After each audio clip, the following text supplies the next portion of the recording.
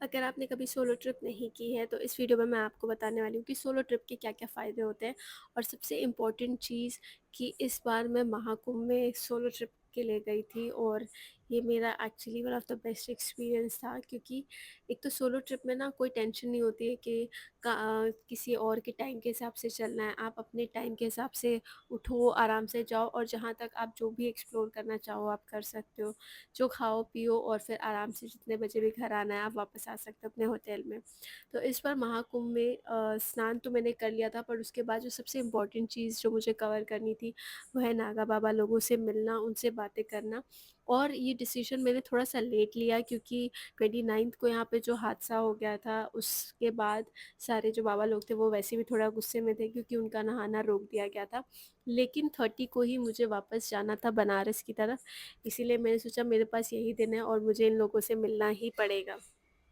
तो मैं सीधा, सबके मना करने के बाद भी मैं पहुंच गई इन लोगों से मिलना। सब मुझे डरा रहे थे कि गुस्से में होंगे और मार देंगे वगैरह वगैरह, कुछ भी कर सकते हैं। और मैं अकेली भी थी, तो पर मुझे लगा कि यार ये अपॉर्चुनिटी मिस नहीं कर सकते, क्योंकि पता नहीं फिर वापस मुझे कब ये मौका मिलेगा और बात करने का। तो मैंने सोचा कि चली जाती हूँ मैं, और मैं गई और उन्होंने मुझे बहुत अच्छे से ट्रीट किया। उन्होंने, किसी ने भी ऐसे, मुझे नहीं लगा कि मारे वारेंगे, क्योंकि कुछ लोग रिपोर्टर्स आके बहुत गलत तरीके से पूछ कर जाते हैं, कैमरा सीधा उनके फेस पे ले आते हैं, तो इसीलिए वो शायद ज़्यादा गुस्सा हो जाते हैं।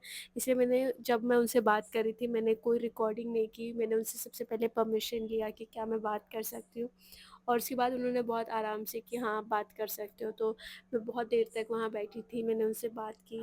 और सबसे इंटरेस्टिंग चीज़ मुझे ये लगी कि वहाँ पे मैंने बहुत सारे फॉरेनर्स को देखा जो इनके साथ ही थे। वो ऐसे फॉरेनर्स नहीं थे जो फर्स्ट टाइम विज़िट कर रहे थे, वो एक्चुअली इनके साथ मतलब रह रहे थे, खा पी रहे थे। और सबसे इंटरेस्टिंग चीज़ जो मुझे लगी वो ये कि यहाँ पे बहुत सारे फॉरेनर्स थे, और वो फॉरेनर्स ऐसे नहीं थे कि वो फर्स्ट टाइम इनसे विज़िट कर रहे हैं, बल्कि वो ऐसे लोग थे जो इन्हीं के साथ रहते हैं, खाते पीते हैं। और ये देख के मैं बहुत शॉक थी, इसलिए मैंने सबसे पहले यही पूछा कि ये लोग को आप क्या सिखाते हो और ये कैसे आपके साथ रह गए। तो उन्होंने बहुत सिंपल तरीके से मुझे समझाया कि हम इंसान अलग अलग तरीके से भगवान को जानते हैं और उनको मानते हैं, लेकिन एक्चुअली में भगवान एक ही है। और एक शक्ति है, और उसी का अलग अलग रूप है जिसे हम देखते हैं और हम अलग अलग तरीके से फॉलो करते हैं। और ये लोग बिल्कुल डिफ्रेंशिएट नहीं करते कि आप इंडिया के हो बाहर के हो, क्योंकि इनका कहना है कि हम सबका मोटिव एक ही है। और इससे मुझे ये भी याद आया कि साईं बाबा कहते हैं हम सबका मालिक एक है, पर वो कोई सुनना ही नहीं चाहता। लोग बस भगवान की तरह उनको पूछते हैं, साईं बाबा को, जो कि पूछना भी चाहिए, लेकिन जो वो बात कह रहे हैं उसको कोई नहीं मानना चाहता।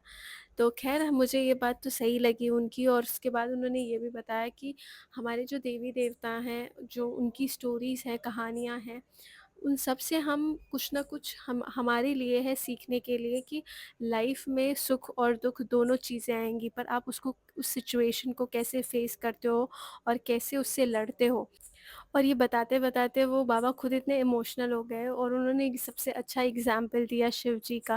उन्होंने कहा कि हमारा शिव इतना भोला है, उन्होंने कभी जानवर वग़ैरह सभी को वो एक साथ लेकर के चले, उन्होंने कभी डिफ़रेंशिएट नहीं किया। पर हम जो इंसान हैं, हम इंसान में भी इतना डिफ़रेंशिएट करते हैं, कोई ऊँचा है, कोई नीचा है। पर अगर आप सच में भगवान जो भी हमारे हैं, किसी भी भगवान को अगर आप लेंगे और उनकी जो स्टोरी है, उनकी जो कहानियाँ हैं, अगर आप उससे सीखेंगे तो सीखने के लिए बहुत कुछ है। और लास्ट में उन्होंने मुझे ये चीज़ समझाई, उन्होंने कहा कि अगर तुम्हें भगवान का फ़ेवरेट बनना है तो तुम्हें दूध चढ़ाने की, बेलपत्र, फूल चढ़ाने की, पूजा-पाठ नहीं भी करोगे तो चलेगा। भगवान को सिर्फ़ 2 चीज़ें चाहिए, एक कि आपका कर्म अच्छा हो, आप जो भी कर्म कर रहे हैं उसे सच्चाई और अच्छी तरीके से अच्छे कर्म करें, और दूसरा अपने इंटेंशंस को हमेशा सही रखें। अगर आपका इंटेंशन, मन साफ़ है, आपके मन में किसी के लिए कुछ बुरी चीज़ नहीं है, तो आप भगवान के फ़ेवरेट चाइल्ड रहोगे, और भगवान को सिर्फ़ यही चाहिए। तो एट द एंड मुझे उन्होंने यही चीज़ समझा कर के कहा कि बस ये 2 चीज़ें फ़ॉलो करो और आप हमेशा लाइफ़ में खुश रहोगे और भगवान के सबसे ज़्यादा करीबी रहोगे। और फिर यहाँ से मैं दूसरे बाबा लोगों के पास भी गई, और मैंने उनसे पूछा कि एक्चुअली हम लोगों को आपके पास क्यों आना चाहिए, मतलब ऐसी कोई चीज़ है जो आप कर सकते हैं और इसके लिए हमें आपके पास आना चाहिए। तो उन्होंने कुछ चीज़ें मुझे बताई, जैसे कि जैसे कि जो मांगलिक लोग होते हैं उनको इस टाइम पे ज़रूर जाना चाहिए, क्योंकि जो ये बाबा लोग होते हैं वो उस दोष को तोड़ देते हैं और मांगलिक लोगों के लिए बहुत इजीली वो शादी कर सकते हैं। और ये जो टाइम होता है कुंभ का, वो उनके लिए बहुत अच्छा टाइम होता है। तो ऐसे ही बहुत सारी हमने बातें की और फिर उन्होंने बहुत सारी चीज़ें मुझे बताई। बस मुझे एक चीज़ का बहुत अफ़सोस रह गया यार, कि मैंने एक चीज़ मिस कर दी है, वो है तांत्रिक वाली पूजा, जो कि 28th को रात को होती, और मैं काश वहाँ पे रुक जाती, पर मुझे बिल्कुल आइडिया नहीं था और मुझे ये भी नहीं पता था कि मुझे कहाँ रुकना चाहिए था। अगर मैं 1 दिन पहले वहाँ पे बाबा लोगों से मिल लेती ना, तो मैं पक्का वो तांत्रिक विद्या ज़रूर देखती। तो मेरा ये एक सपना थोड़ा अधूरा रह गया, पर कोई बात नहीं। नेक्स्ट टाइम जब कुंभ होगा तो मैं इस दिन का ज़रूर वेट करूँगी जब वो लोग पूजा वगैरह करते हैं। तो अब नेक्स्ट जहाँ पे भी हरिद्वार वगैरह में होगा तो मैं डेफ़िनेटली जाऊँगी देखने के लिए। तो आज की वीडियो में बस इतना ही। बाकी मुझे सोलो ट्रिप पे बहुत मज़ा आया, क्योंकि अगर मैं अपने फ्रेंड्स या किसी और के साथ होती तो शायद मैं इन बाबा लोगों से इतनी बात नहीं कर पाती, उन सब से मिल नहीं पाती और इतना एक्सप्लोर नहीं कर पाती जितना मैंने अकेले एक्सप्लोर किया है। और कभी-कभी मुझे ये भी लगता है कि यार आप अकेले होते हो, वैसे डर तो देखो मुझे भी बहुत लग रहा था इनके पास जाने से पहले, पर जब मैंने बात करना शुरू किया और जब वहाँ पे गई उसके बाद मुझे बिल्कुल डर नहीं लगा और मैं बहुत आराम से बहुत सारी चीज़ें पूछ रही थी। मैंने उनसे पूछा कि आप क्यों इसमें आ गए और फिर तांत्रिक विद्या क्यों कर रहे हो आप, वगैरह-वगैरह बचकानी हरकतें बहुत की मैंने। बट उन्होंने बहुत आराम से और पेशेंटली मुझे सारी चीज़ें बताई और मुझे कोई दिक्कत नहीं हुई। मैं बहुत सेफ़ली वहाँ गई थी और बहुत सेफ़ली मैं वापस भी आ गई। और प्रयागराज जाओ और वहाँ का खाना-पीना नहीं खाओ तो ऐसा कैसे चलेगा? तो यहाँ का सबसे फ़ेवरेट लस्सी, राजा राम लस्सी, वहाँ पे मैं गई बाहर निकल के और मैंने मेरी फ़ेवरेट ये लस्सी पी, जो कि बहुत ही मस्त थी। और उसके बाद मैं यहाँ से निकल गई रैपिडो करके आराम से। तो मिलती हूँ आपको अगली वीडियो में, तब तक don't forget to subscribe. Okay bye.